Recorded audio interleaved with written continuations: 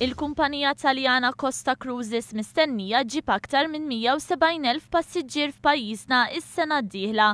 Fil-fatt din il-kumpanija se tkun qed tħaddem 10 cruise liners li bejniethom se jkunu qed jagħmlu 71 waqfa fil-port il-Kbir. Għaldaqstant mistennija sena ottimista għat-turiżmu mill-cruise liners is-sena d-diehla. Dan wara li din is-sena kienet waħda ta' sfidi kbar fit-turiżmu tal-cruise liners għaliex kien hemm tnaqqis ta' 120,000 passiġġier. Star dan il-Ministru Karmenu Vella meta tkellem dwar l-isfidi li kellu pajjiżna fit-turiżmu tal-cruise liners din is-sena.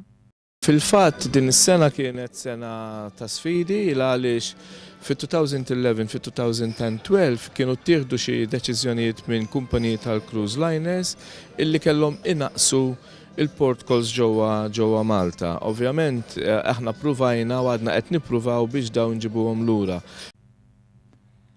Il-Ministru tat-Turiżmu Karmenu Vella stqar li 76% tal-passiġġieri li żaru Malta permezz ta' cruise liner ġew mill-Ewropa u li kull turist li jiġi Malta jonfoq medja ta' 60 euro kuljum. Huwa qal dan waqt konferenza tal-aħbarijiet fuq il-vapur Costa Favolosa li kien qed jagħmel l-aħħar żjara tiegħu f'pajjiżna għal din is-sena.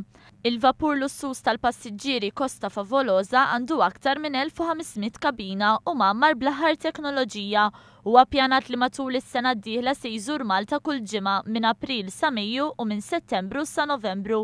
Barra minn hekk id-diriġenti ta' Costa Cruises ħabbru li għas-sena d-diehla se jinkludu wkoll vapur lussus ieħor in-Noe Riviera fl-iskeda tagħhom li tinkludi l-port il-Kbir.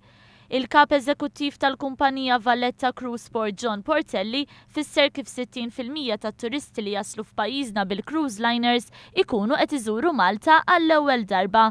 90% minnhom jesprimu x-xewqa li jerġgħu jiġu għat-tieni darba.